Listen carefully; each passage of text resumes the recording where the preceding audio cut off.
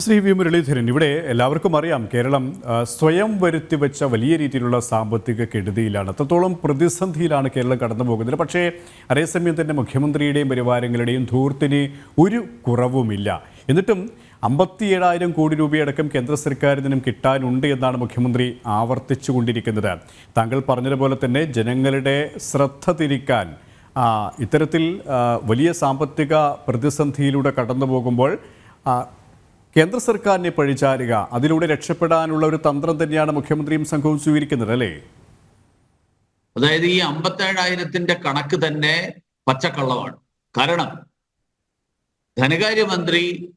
കേന്ദ്ര ധനകാര്യമന്ത്രി ശ്രീമതി നിർമ്മല സീതാരാമൻ കഴിഞ്ഞ ദിവസം കോൺഗ്രസ് ലോക്സഭാംഗം ഡീൻ കുര്യാക്കോസിന്റെ ചോദ്യത്തിന് മറുപടിയായിട്ട് വളരെ കൃത്യമായിട്ട് കേരളത്തിന് കൊടുത്ത തുകയും കേരളത്തിന് കൊടുക്കാത്തതിന്റെ ഏതെങ്കിലും കാരണങ്ങളുണ്ടെങ്കിൽ, ഉദാഹരണത്തിന് ജി എസ് ടിയുടെ കാര്യത്തിൽ വളരെ കൃത്യമായിട്ട് പറഞ്ഞു, 2016 ജി എസ് ടി നടപ്പിലാക്കുമ്പോൾ 2017 മുതലുള്ള 5 വർഷക്കാലം, ആ 5 വർഷക്കാലമാണ് ഈ ജി എസ് ടി നടപ്പിലാക്കുന്നതിന്റെ ഫലമായിട്ട് സംസ്ഥാനങ്ങൾക്കുണ്ടാകുന്ന വരുമാനക്കുറവ്, ആ വരുമാനക്കുറവിന്റെ നഷ്ടം നികത്താൻ വേണ്ടിയിട്ടുള്ള പണം കൊടുക്കുക എന്നുള്ളത് 2016 പ്രഖ്യാപിച്ചതാണ്. ഇന്നലെ കഴിഞ്ഞ ദിവസം പുതുതായിട്ട് പ്രഖ്യാപിച്ചതല്ല. പക്ഷെ ഇതൊക്കെ അറിഞ്ഞിട്ടും ഈ പ്രചരണവുമായിട്ട് വീണ്ടും മുന്നോട്ട് പോവുകയാണ്. ഒന്ന്, കേരളത്തിന്റെ നിയമസഭയിൽ ഇവർക്കെതിരായിട്ട് നിൽക്കുന്ന ആരുമില്ല. കാരണം ഇടതുപക്ഷത്തിനെതിരായിട്ട് കോൺഗ്രസ് പുറത്ത് പ്രസ്താവനയും വാചക കസർത്തും ഒക്കെ നടത്തുമെങ്കിലും നിയമസഭയിൽ പച്ചക്കള്ളം പറഞ്ഞതിനെതിരായിട്ട് സഭയെ തെറ്റിദ്ധരിപ്പിക്കുന്നത് ഗുരുതരമായിട്ടുള്ള കുറ്റമാണ്. അത് സഭാ അംഗങ്ങളുടെ അവകാശ ലംഘനമായിട്ടാണ് പാർലമെന്റിന്റെ ചട്ടങ്ങളും നിയമസഭാ ചട്ടങ്ങളും പറയുന്നത്. സഭയെ തെറ്റിദ്ധരിപ്പിച്ചതിന്, അംഗങ്ങളുടെ തെറ്റിദ്ധരിപ്പിച്ചതിനെതിരായിട്ട് നിയമസഭയിൽ എന്തുകൊണ്ട് കോൺഗ്രസ് ഒരു അവകാശ ലംഘനത്തിന് നോട്ടീസ് കൊടുക്കുന്നില്ല? ഇനി കേന്ദ്ര ധനകാര്യമന്ത്രിയാണ് തെറ്റിദ്ധരിപ്പിച്ചതെങ്കിൽ, ഇവിടെ പാർലമെന്റിൽ ലോക്സഭയിൽ ധാരാളം കോൺഗ്രസിന്റെ എംപിമാരുണ്ട്, ഇടതുപക്ഷത്തിന്റെ എംപിമാരുണ്ട്.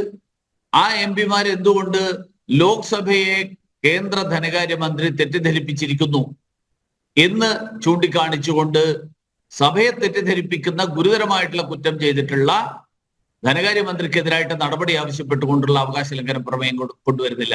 അപ്പൊ അതിനർത്ഥം ഇതിലൊന്നും ഇവര് നടത്തുന്ന പ്രചരണത്തിൽ വസ്തുതയില്ല എന്നുള്ളതാണ് അതിനർത്ഥം. വസ്തുത ഉണ്ടായിരുന്നെങ്കിൽ ഇടതുപക്ഷവും കോൺഗ്രസും ഇവിടെ ഡൽഹിയിൽ കൊണ്ടുവരണമായിരുന്നു. കോൺഗ്രസ് അവർ തമ്മിലുള്ള സഖ്യത്തിന്റെ ഭാഗമായിട്ട് അവർ കേരളത്തിലും ഈ ഇടതുപക്ഷത്തിനെതിരായിട്ട് ശബ്ദമുയർത്തുന്നില്ല.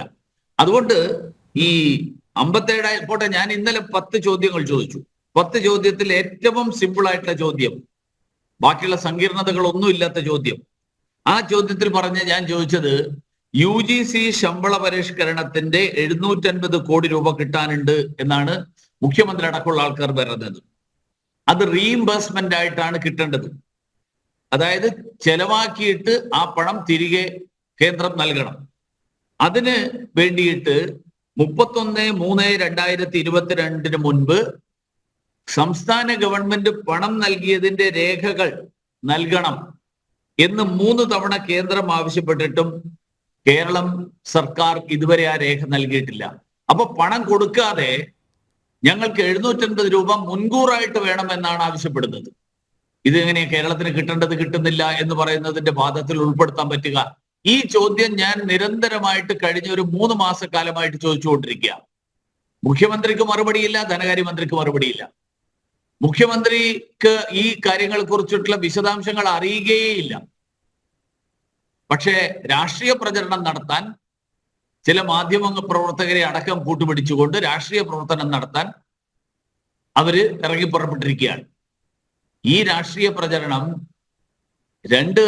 ഒന്ന് സാമ്പത്തിക പ്രശ്നം, 2 മുഖ്യമന്ത്രിയുടെക്കും മകൾക്കെതിരായിട്ട് നടക്കുന്ന അന്വേഷണത്തിൽ നിന്ന് ശ്രദ്ധ തിരിച്ചുവിടാൻ വേണ്ടി കൂടിയുള്ള ഒരു രാഷ്ട്രീയ നയം അല്ലെങ്കിൽ അടവ്, അത് മാത്രമാണ് ഈ സമയം.